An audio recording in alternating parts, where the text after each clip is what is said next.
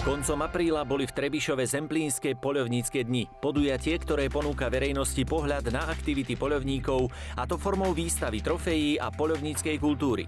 Sme urobili takú ukážku jednotlivých plemien poľovných psov, ktoré používame v poľovníctve na Zemplíne, a takisto prezentácia sokoliarstva. Poľovníci dali priestor aj mladej generácii. Deti tu prezentovali svoje výtvarné práce a svoj pohľad na aktivity, ktoré realizujú poľovníci v lesoch. Tie nám dávajú rôzne dary, napríklad aj kvalitnú biopotravinu. A preto Trebišovom rozvoniavali divinové guláše.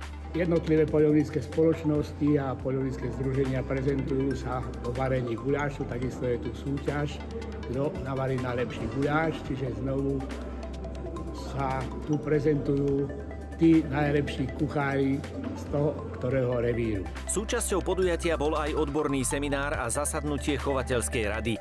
Výstava trofejí bola inštalovaná v priestoroch expozície poľovníctva a ochrany zvery v Múzeu a kultúrnom centre Južného Zemplína v Trebišove. Tu chceme prezentovať jednotlivé svetadiely, tie druhy, ktoré sú vo svete ohrozené v životnej veľkosti. Sú to dermoplastické preparáty, čiže každý, kto tu príde, má možnosť vidieť to nielen na obrázku, nie v televízii, ale priamo tu v tomto múzeu. Tohtoročné zemplínske poľovnícke dni už nestihnete. No expozíciu poľovníctva a ochrany zvery v Múzeu a kultúrnom centre Južného Zemplína v Trebišove môžete navštíviť počas celého roka.